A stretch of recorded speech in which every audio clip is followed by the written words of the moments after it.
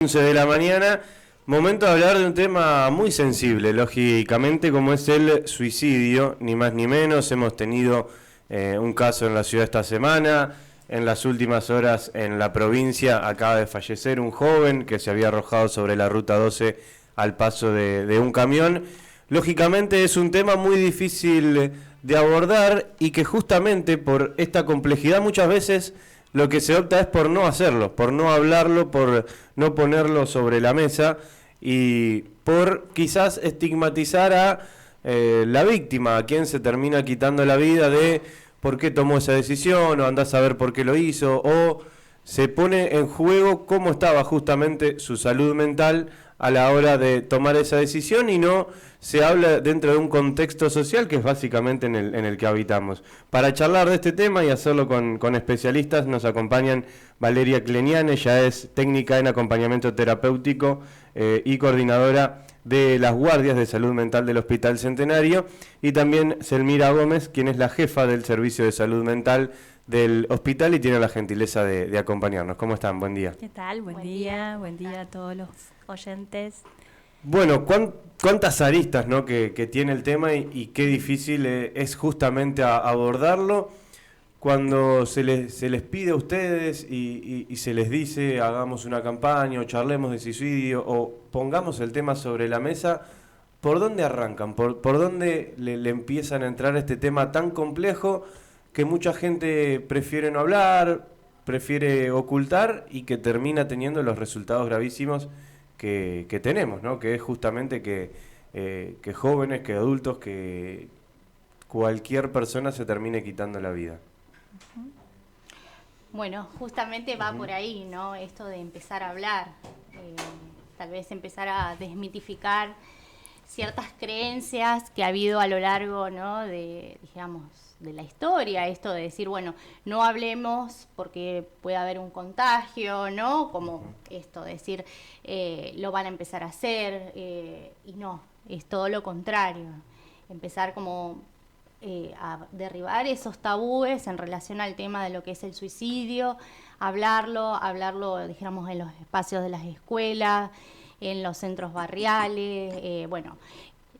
Hoy por hoy contamos con una guardia de salud mental las 24 horas y bueno, es importante que cualquier persona que esté atravesando algún tipo de sufrimiento o un familiar, un amigo, un referente pueda acercarse, pueda despejar dudas.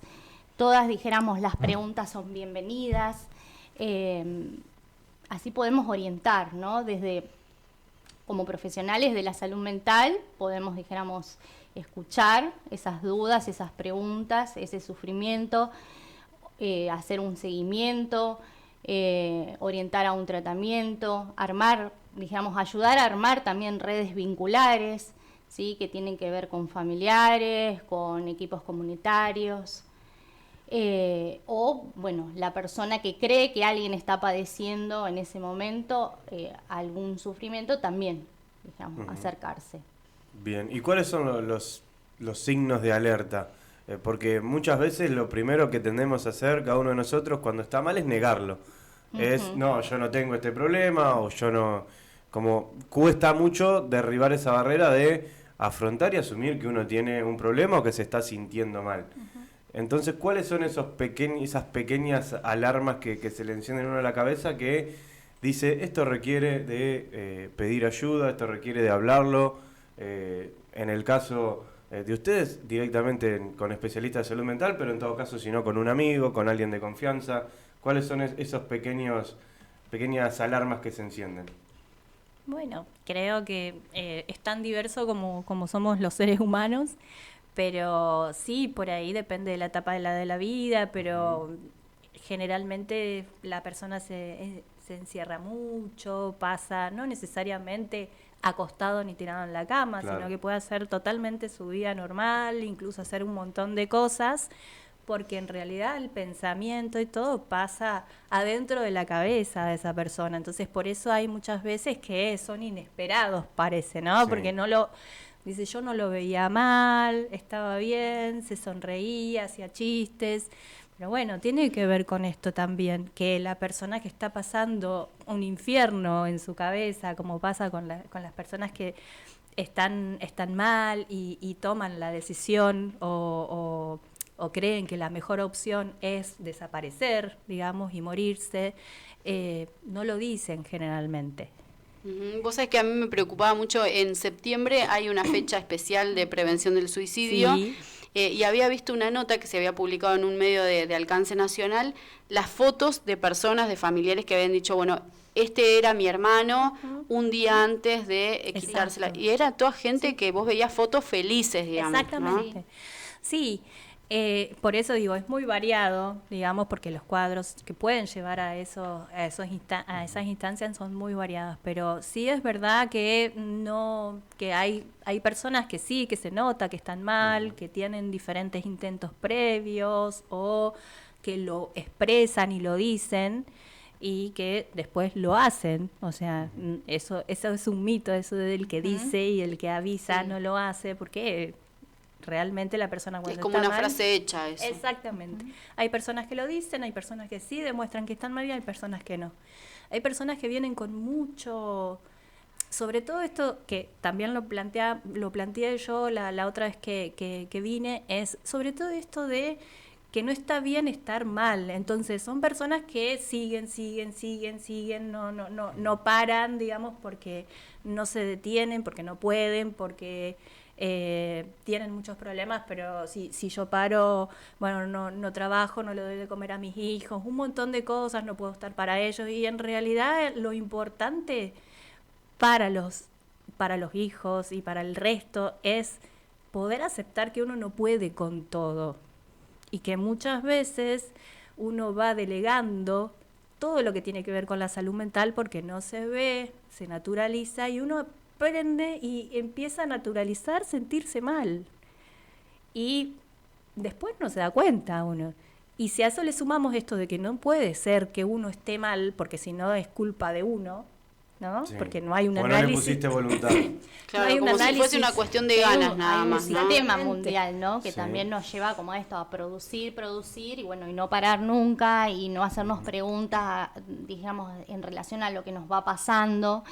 Y esto, bueno, tengo que seguir trabajando, tengo que seguir dando respuestas, no puedo parar, y la realidad es que adentro de la persona hay un infierno, sí, ¿no? Sí. Hay una cosa que yo leo como un positivismo tóxico, en el sentido de, bueno, está bueno ponerle ganas y voluntad, exacto, pero eso de que no, sueña, ríe, ama, pará un poco, porque hay veces que me siento mal y tengo ganas de estar tirado, y que te impulsa a, no sé, a siempre estar con una sonrisa, que si yo pienso bien, que todo va a estar bien, y por ahí hay cosas que te sobrepasan y que está bueno decir, bueno, hasta acá necesito ayuda. Claro, sobre todo las redes sociales, ¿no? Claro. Porque, digamos, ahora se suma eso también, se suman las redes sociales y esto de tener que siempre parecer que uno está bien, que está sonriente, que le va bien, y sobre todo esto de, como decía Vale, el infierno que puede llegar a tener la persona, no se ve. Entonces, como no se ve, ni siquiera se ve en un laboratorio, ni siquiera se ve en un diagnóstico por imagen, una tomografía, una resonancia. Entonces, es muy difícil poder saber, primero saber por lo que está pasando el otro, ponerse en el lugar del otro y saber, y si esa persona encima lo oculta, porque no quiere, porque piensa que puede, cree que puede y cree que de esa manera le hace bien a su familia, no lo expresa, es mucho más peligroso. Sí. ¿Cómo se previene? Porque muchas veces nosotros leemos o escuchamos lo que es prevención del suicidio. ¿Cómo se previene esto? Hablando de suicidio. Sí. Hablando de suicidio y esto, y yo recalco mucho de que los padres puedan entender que mostrar por ahí que uno no está bien es positivo para los hijos y que uno no puede con todo también, porque uno le enseña eso a ellos y le enseña que, bueno, cuando pasa eso, uno ¿qué hace? Va y se atiende, consulta, pregunta, pide ayuda. Pero no que uno siempre tiene que estar bien, porque eso no es real. Claro, ¿no? Y le cargas una mochila enorme, ¿no? Porque, exacto, porque... Por ejemplo, si mi papá no está bien, y yo ¿cómo me voy a permitir estar mal si esta otra persona que hace todo está bien. Claro. Como yo no haciendo quizás todo eso, Claro. me permito estar mal, ¿no? Como una sensación de culpa también ahí. Y la misma culpa que juega siente mucho. la persona, ¿no? Porque esta culpa de decir, no, yo tengo que estar bien para mis hijos, y no, en realidad Sí, no. se transforma en un círculo vicioso, ¿no? Exacto. Porque aparte, digamos, ese sufrimiento va subiendo, ¿no? Se va agudizando. Y llega esto también al punto de naturalizar y no poder, digamos, dar cuenta de ese sufrimiento. Y después, bueno, pasa esto, ¿no? La persona toma, digamos, una determinación que a veces es irrevocable. Claro.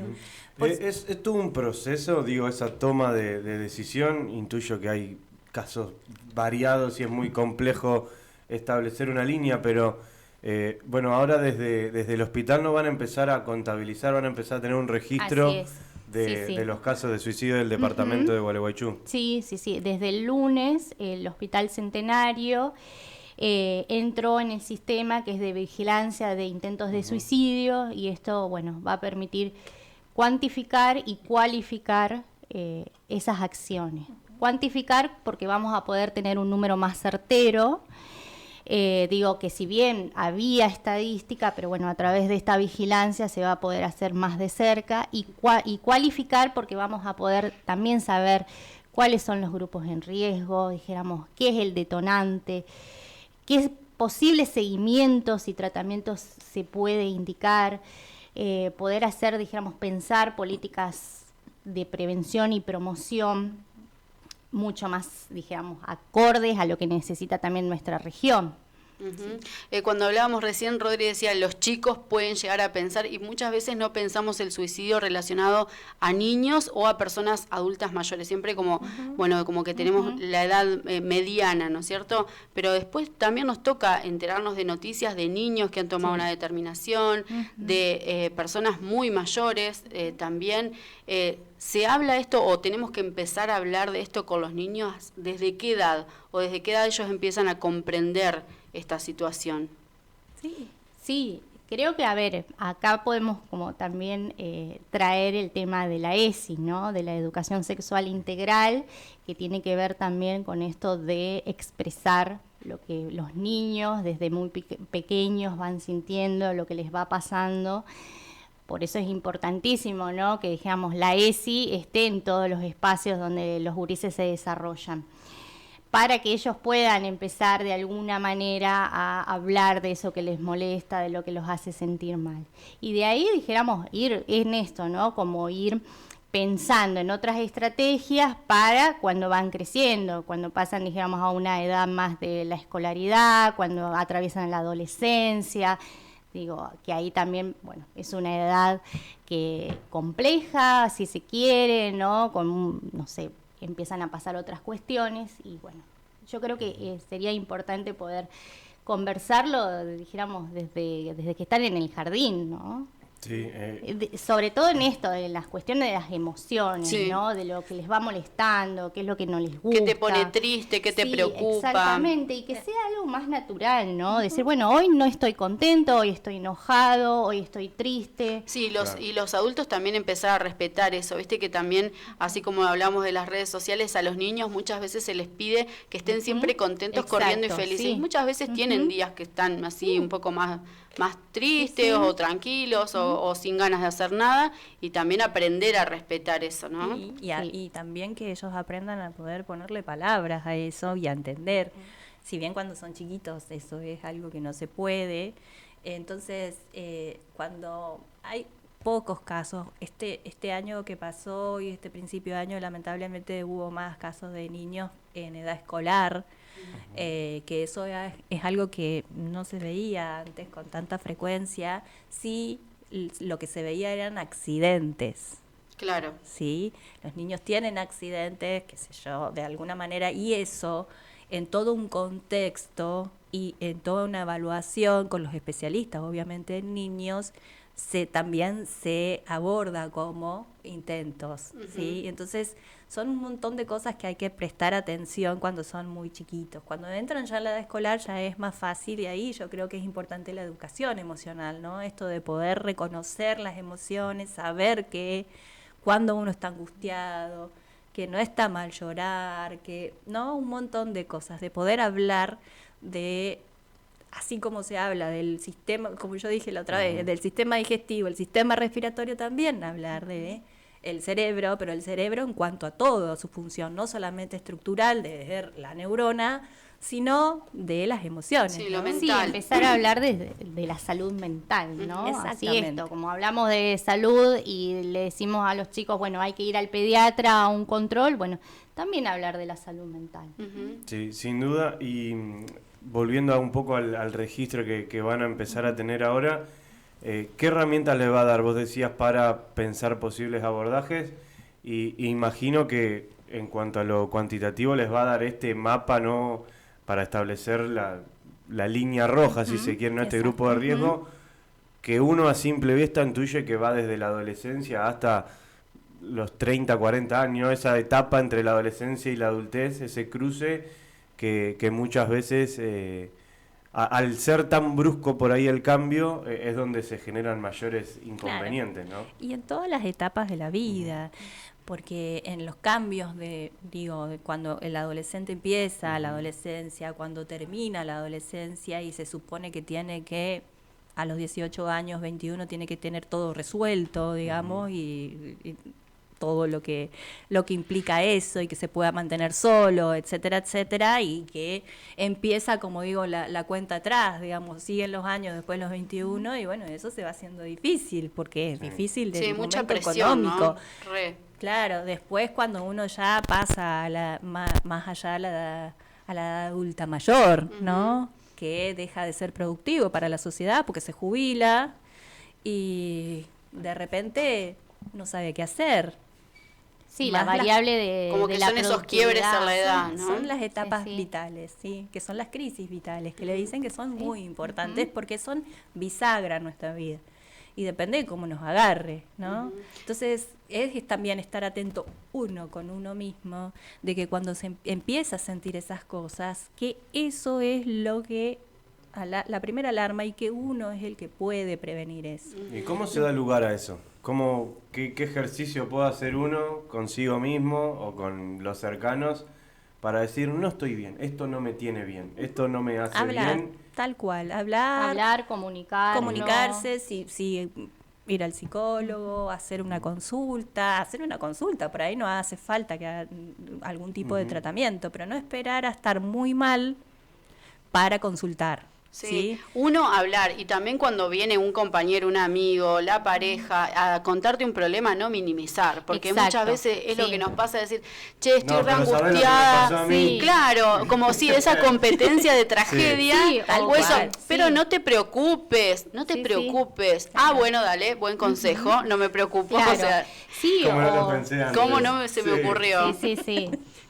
Sí, o esto de decir, bueno, pero no es para tanto, ya se te va a Exacto. pasar, Sí. ¿no? Son cuestiones de la edad, tal vez, ¿no? Y Vos esas estás angustiado, respuestas, por ejemplo, sí. por algo del trabajo y dices, bueno, hay gente que no tiene trabajo. Eso es minimizar por ahí la angustia Sí, que tiene sí, uno y igual. es súper negativo. Totalmente. Sí, por eso es Totalmente. importante validar, ¿no? Lo que nos cuente el otro. Y tal vez decirle, bueno, tal vez yo no tengo las herramientas para ayudarte, pero bueno, vamos a buscar quién podría darte una mano, quién te puede orientar. Ujú.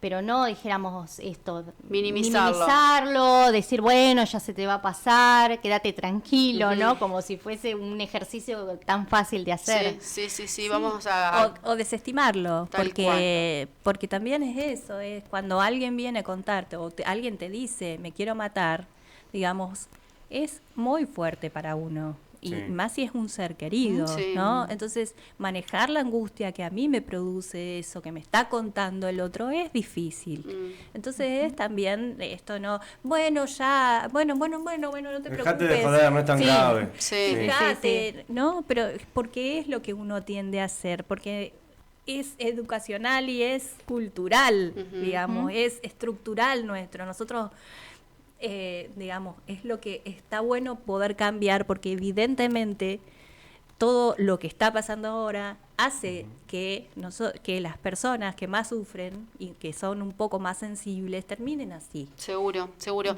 Les consulto también a nivel periodístico. Nosotros también nuestra tarea es súper compleja respecto de estos temas. Antes, 10 años atrás, la línea era no hablar del tema, era como algo, una cuestión privada, se hablaba del efecto contagio si uno lo exponía, después empezamos, bueno, sí, hablemos de este tema, pero ¿cómo lo hablamos? Claro, por eso es re importante eso, lo que vos decís, porque en realidad lo que se trata de evitar es contar el hecho consumado, ¿sí?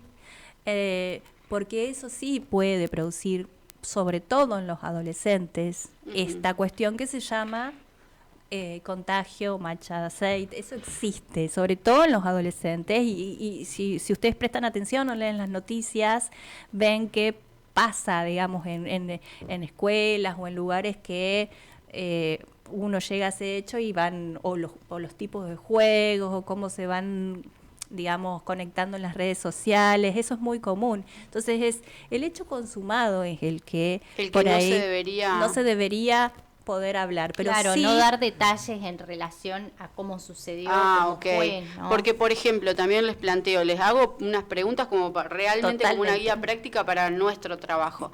Hay personas que tienen trascendencia pública. claro. Entonces, ante el fallecimiento de una persona pública, tenemos que comunicar. Falleció, Sí. por ejemplo, no sé, alguien relacionado a la política, por decirlo, no sé, a una ONG, a la medicina, lo que sea. Y fue por autodeterminación. ¿Lo contamos? ¿Cómo lo contamos? Mirá, es poder, me parece, evitar por ahí, más si es una persona pública, ¿sí? Porque, bueno, nada, es Porque esta es cuestión, noticia, es digo. noticia, sí, es evitar o no poner detalles, como dice Valeria, no poner detalles y no ponerlo en la sección policial, como me preguntaba. Ah, ok. Claro. ¿No? Bueno, Porque sí, no son un no montón es de un cosas crimen, que... ¿no? Es una cuestión de salud. Ujú. Entonces, pero bueno, es muy común que las cuestiones de salud mental siempre se asocien a lo criminal, ¿sí? Cuando hay muerte, digo. Sí, muchas veces Exacto. se hace también producto de que al siempre tener que haber una investigación ante una muerte, es como esto, ¿no? Como que para evitar que no haya sido un crimen queriendo hacer pasar por suicidio, se tiende a policializar el tema, Sí. un juez interviene, la policía investiga, es muy difícil no sacarlo de ese lugar, sobre todo porque en esas primeras horas, que es cuando sucede, la noticia es esta, murió una persona en tal lado, y después, bueno, si hay indicios que es una autodeterminación, pero hay que investigar y demás, como muy complejo, ¿no? Sacarlo de ahí al tema. Bueno, sí, pero hacer siempre el ejercicio que yo traigo digamos, a la charla, es pensar que uno no, si una persona, como pasa, hay que informar una autodeterminación.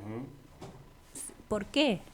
Porque nosotros no informamos todas las veces que se mueren por infarto, por enfermedades terminales. Pero, de por las ejemplo, si personas. muere un empresario de la ciudad Sí, reconocido, eso sí. se va a informar. Obvio, pero O, digo, por ejemplo, ¿por qué tiene que ser el caso de suicidio en policiales? Vos fijate cómo no solamente es informar una muerte, Sí. y que esto tiene que ver con la salud, no tiene que ver con ninguna cuestión criminal que haya hecho la persona. Seguro, sí, Sin sí, duda. sí. Porque uno si diferente es un accidente, ¿no? Pero digo, si se muere de un infarto, si estuvo peleando con un cáncer y no es una persona conocida, No va a salir en la noticia, No. claro. Exactamente. Y más allá de los medios, hoy donde se habla mucho del tema y sin ningún tipo de control o legislación al respecto, es en las redes sociales. exacto. Y sobre todo lo que ocurre ante cada caso es la opinión sobre la determinación de esa persona o revictimizarla.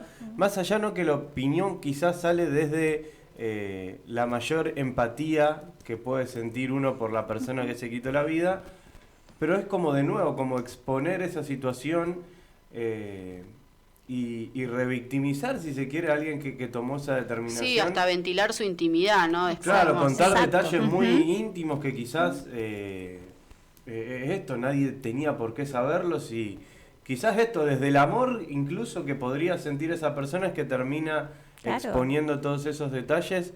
Bueno, la recomendación para el que está escuchando de qué hacer, yo rápidamente pienso es guardárselo para uno, ¿no? De última comentárselo a alguien de confianza. Hablar a la familia.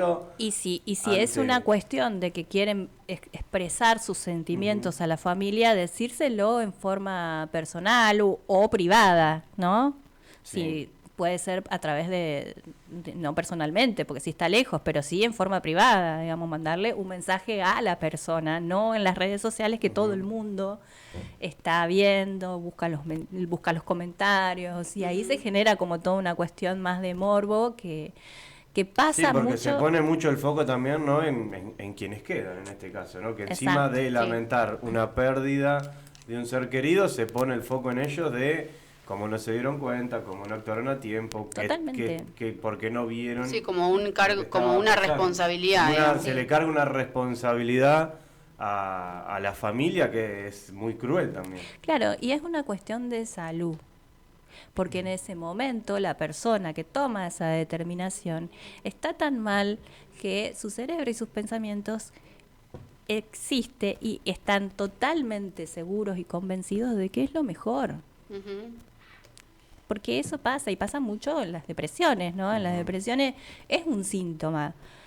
Un síntoma es tener ideación de muerte, porque el dolor psíquico, siempre digo yo, es muy feo, es peor que el dolor físico. Porque uno no lo puede poner en palabras, no lo puede explicar. Tal cual, no hay nada. Es muy, muy, muy, muy, muy difícil de tolerar. Entonces, en ese momento, la persona es un momento muy delicado para esa persona y tiene un riesgo así como el momento que a una persona le agarra el dolor antes del infarto. Entonces, es una cuestión de salud. Sí. No tiene que ver con una cuestión de decisión ni de moral. De abandonos a veces de las redes familiares, ¿no? No tiene que ver con eso. Claro, cómo no pensó en el papá, en los hijos, todas esas cuestiones que se dicen también a través de las redes. Sí, o en esto volviendo de, bueno, cómo no lo pudieron ver, cómo no lo ayudaron, digo, y no tiene que ver con eso. Sí, cuando hablamos, por ejemplo, de comunicar o de que trascienda el hecho del suicidio, cuando sucede, por ejemplo, que creo que fue en marzo de este año que lamentamos el suicidio de un jovencito, un niño adolescente. ¿Qué pasa en la escuela? Porque por ahí en los medios de comunicación podemos decir, bueno, no se comunica esto, pero entre los chicos obviamente que se van a enterar absolutamente todos de lo que pasó. ¿Hay algún tipo de herramienta para llevar a la escuela, para llevar al aula, para hablar de esto? Es re buena tu pregunta, porque eso también es parte de empezar a hacer la notificación de los intentos de suicidio y los suicidios, porque las políticas públicas tienen que también hacer foco en lo que se llama la posvención, ¿sí? Una vez que eso ocurrió es crear estrategias, ¿sí?, de salud para poder trabajar con esos chicos, con todos los que quedan, ¿no? Y trabajar de manera comunitaria. Por ahí es más fácil, digamos, referirse al centro de salud que tienen cerca o con quien se generalmente articula esa escuela, o, ¿viste? Siempre hay papás que trabajan acá, allá, no sé, pero digo, es poder también saber que uno no necesita ser especialista en salud mental para poder contener esa situación, pero sí que es súper importante todo esto que se está haciendo, porque en realidad es la pata floja, digamos, ¿no? Es toda la parte de la posvención y que es como que ya sucedió, ya pasó y ya está, y sin embargo, sobre todo para los adolescentes es terrible. Sí, es algo tremendo. Y por ahí uno como educador, si no tenés las herramientas o si no te animás a pararte frente a los chicos y hablar, siempre está la posibilidad también de pedir ayuda. Es decir, bueno, no sé, voy a buscar algún psicólogo amigo, amiga que me venga, que me ayude. Digo, también está esa posibilidad, que seguramente estarán las escuelas abiertas para eso, para poder conversar con gente que realmente tenga las herramientas para contar. Y las escuelas también tienen un equipo que también trabaja, digamos, un equipo que trabaja en la salud mental, no en todas las escuelas, pero sí hay un equipo que se llama PASEC. Sí, PASEC. que es como móvil y entonces también es el que tiene que estar atento, digamos, a todas estas cuestiones dentro de la escuela, ¿no? Bien, bien. Entonces, pero bueno, nada, es todo esto también tiene que ver con que es muy difícil llevar a cabo, entonces es importante que sean las políticas públicas las que puedan abordar estos temas y que se ponga el foco mucho, que hace falta en esta época, en la salud mental. Sí. Chicas, por último, si alguien está escuchando, quiere pedir ayuda, quiere pedir información, ¿dónde se pueden comunicar? Por un lado tenemos la línea de salud mental, que es una línea provincial, ¿sí? Que se puede llamar las 24 horas, que está atendida por profesionales, que es el 0800-777-2100.